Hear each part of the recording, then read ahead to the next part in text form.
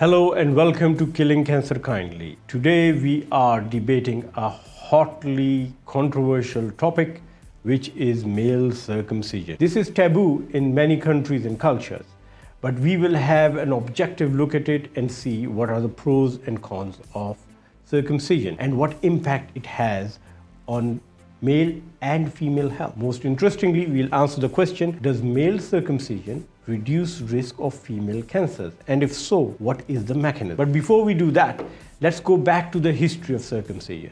The process of circumcision, which is excision of the foreskin from the penis, is thousands of years old. The oldest evidence we have is from ancient Egypt, where there are pictorial evidence of this procedure being performed. Although generally associated with the Judaic and Islamic faiths, it is a fact that circumcision is also an integral part to some ancient Christian churches. The Coptic Christians and the Eritrean and Ethiopian Orthodox Church also practice circumcision.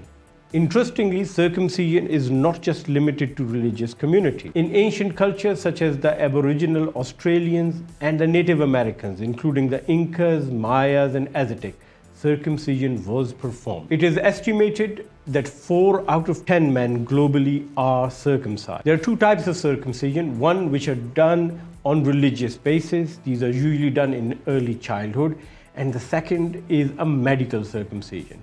This is done due to diseases or abnormalities in the foreskin, where it becomes important to remove the foreskin to treat the disease. The World Health Organization has recommended circumcision for a very long time in areas where HIV and AIDS are endemic, because there is a very good evidence that by performing circumcision, the rates of HIV and AIDS infection can be effectively reduced. Not only in the males, but also the female partners who are at risk of exposure to this virus. And this takes us to the next level of our discussion, cancer prevention and circumcision. Male circumcision reduces risk of all kinds of sexually transmitted diseases, especially HIV, AIDS, and human papillomavirus. The latter, the human papillomavirus, is implicated in many cancers, especially penile cancer and cervical cancer in the female. Circumcision removes the foreskin, which can be a source of infection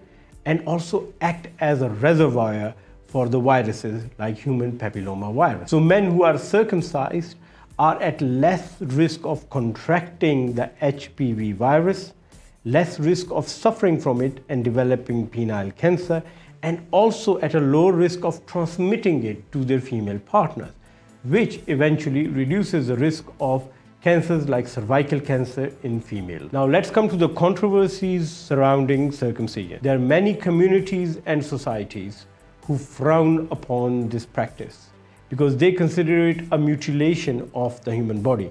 And there are also concerns that a procedure is carried out on individuals who are too young to make their own decision. Having said that, for religious and cultural purposes, to preserve the identity of a community, circumcision is allowed in most countries all over the world. And the benefits of circumcision extend from preventing sexually transmitted diseases to prevention of cancer. And this benefit is not just limited to the person who undergoes circumcision, but is also extended to their sexual partner. Thank you very much for listening and being part of our mission to prevent, treat, and cure cancer. I look forward to seeing you again and would like to request you to like, share, comment, subscribe, and press the bell icon and ask all your friends and family to be part of this mission to prevent cancer. Thank you once again.